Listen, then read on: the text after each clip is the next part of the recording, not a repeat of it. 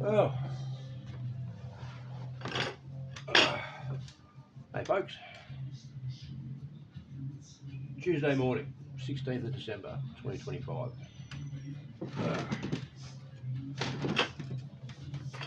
So we got things a bit hot last night in the kiln. Cheers. First piece ever made, this one. Still drinking out of it. It's lovely too. So, last night,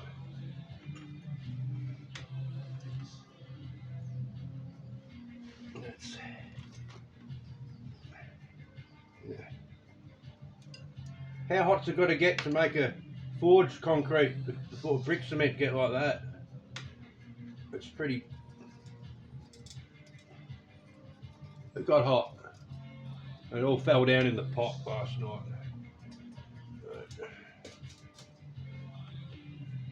How hot did it have to get? Like this temperature gauge I'm using here, obviously being so piddly thin wire, it was still reading temperature there last night at maximum temperature reached with one jet burning on the Vevor here, 1260. Did that just, what's doing? Oh, I thought it was saying the battery ran flat. 15% left or something like that. So this is what was in the kiln last night.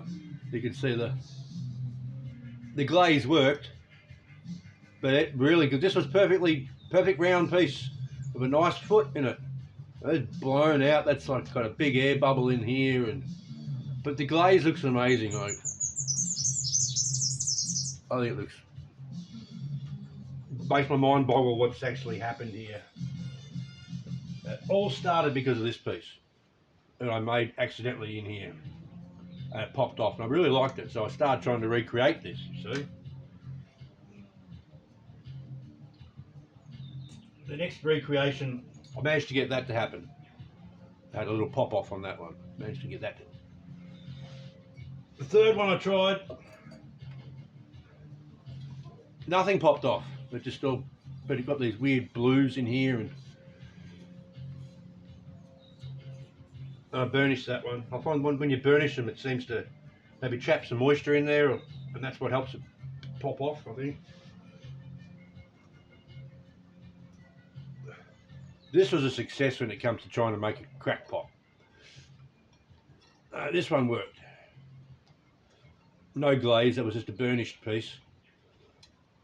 And it was shaped completely the other way, so it has totally deformed in the kiln and squashed. It was, this high point was originally at the front and it was shaped more like a bow of a boat. I called it a bow mug, and the bow mug got wrecked. She went up on the rocks, this one. I think she's beautiful, that piece. My favourite little piece that came out yesterday was this one. This glaze, this ash glaze turned out really nice. The coppers and bronzes, more like bronze really. It's a purple, metallic-y purple. And then the greens and blues. Yeah.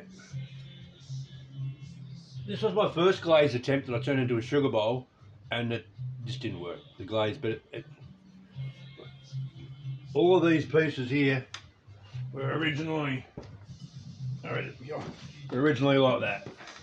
Just a wood fire. They were all wood fired. No, they all had at least one wood firing. So far, not all of them. But this one had been wood fired, and then I had a chip there, and I just put a little divot in there to make a sugar bowl. So.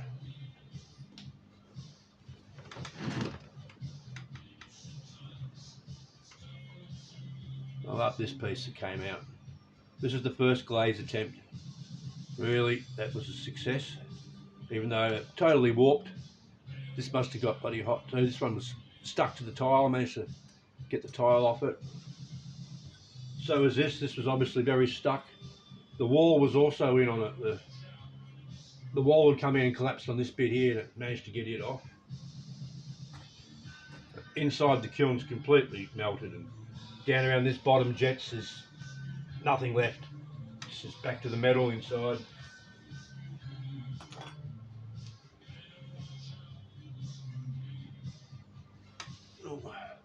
This Vevor on that one 9 kilogram bottle of gas, and 9 kilogram bottle here costs around $66, $68, something like that. 66 bucks. We'll say 65, 66. $66 for a 9 kilo, 8.5 kilogram bottle actually, 8.5. And I got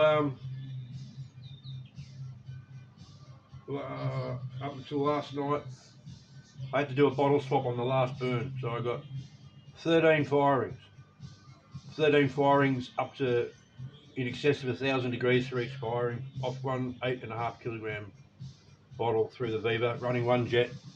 You don't need both jets to do this pottery, unless you really want to take your pottery in excess of 1,300 in a gas kiln, which you shouldn't do with these things, unless you've really got it lined out well. I think I pushed this Vevor to the absolute limit. Being the environment that I'm in. If I wanted to go any further, I'd definitely be taking it outside and putting it on the sand.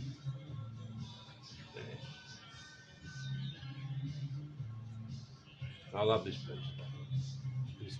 I just love them.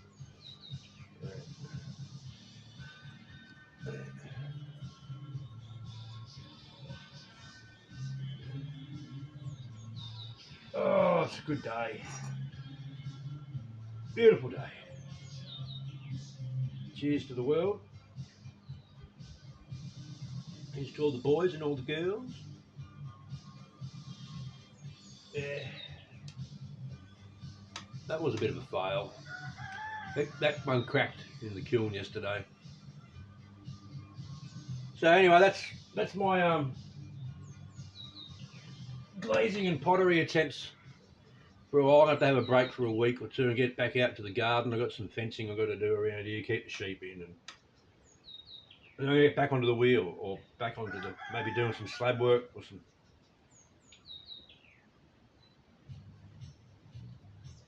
Oh, I'm going to get more into making some lidded vessels. I like this. Maybe I shouldn't have done reduction on this, because I like the gunmetal grey on the inside. Doing the reduction to jet black on the out.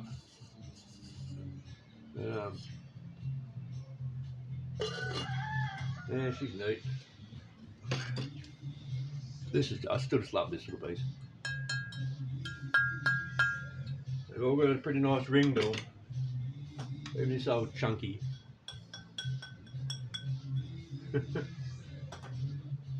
I can't believe how hot this kiln got.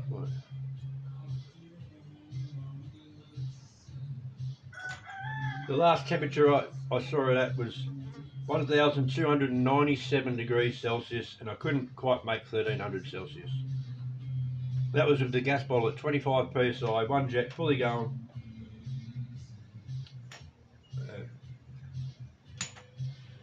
I've been using porcelain tiles turned upside down, and there's take a bit of heat shock. So hopefully, yeah, take a bit of shock out of the chamber inside, so pots don't crack so much. I've been surprised at how well this clay of mine holds up.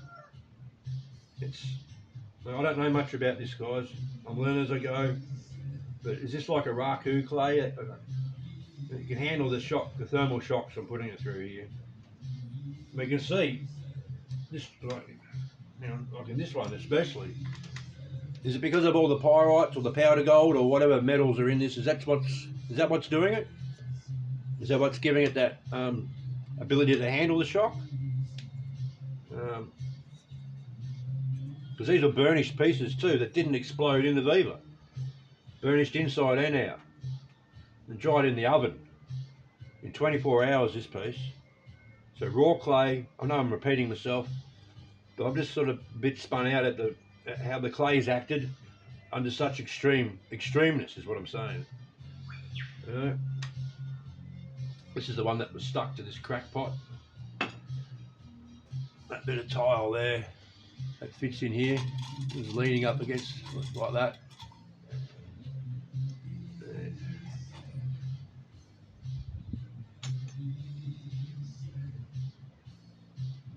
And pottery is just ceramics, pottery, clay, forging, high temperatures, pressure. You never look at a crystal or anything the same again. The way that we've been told that they all form and over millions of years, no bullshit. Stuff can happen in an hour or two. You know, this planet was made a lot faster than I reckon we could have done it in 7 days, almost. You know, the right wild climatic events. You get lava being covered with ocean at the same time in turmoil, burying things in sediment, and then trapped under pressure and heat for so long.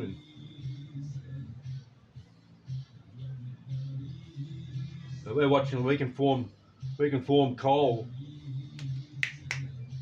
like that. But we're told it takes millions and millions of years for it to form. But no, we know that we can form it like that.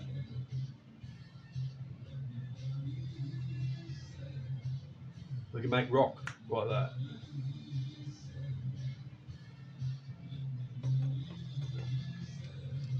Hey, well, this obviously isn't a short.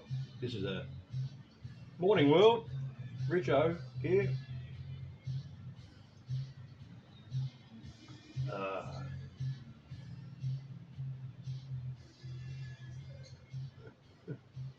So this poor piece went through it's been through wood firing, and then we tried to do the salt glaze test on it. That failed.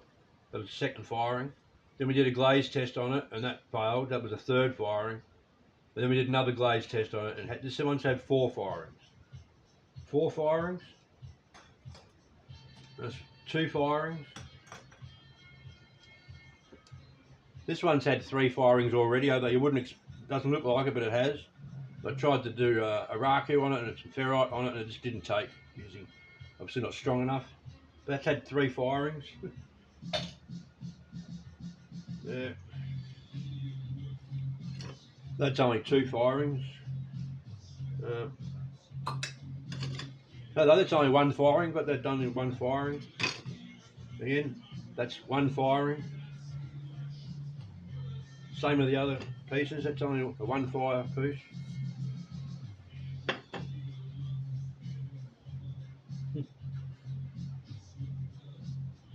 The other one that's weird, I got this Narracoopa grey clay.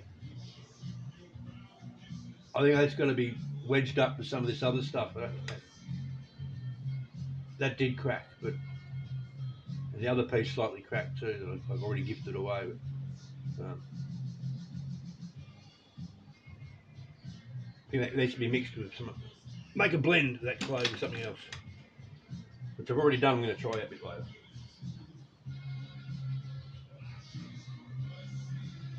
Happy days, world. All is good. All is good. Yep.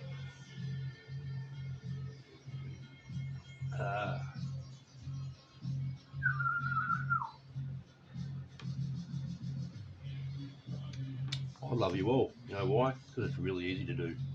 You just choose to do it. Love is happy days. Good thoughts, smart words. All is beautiful.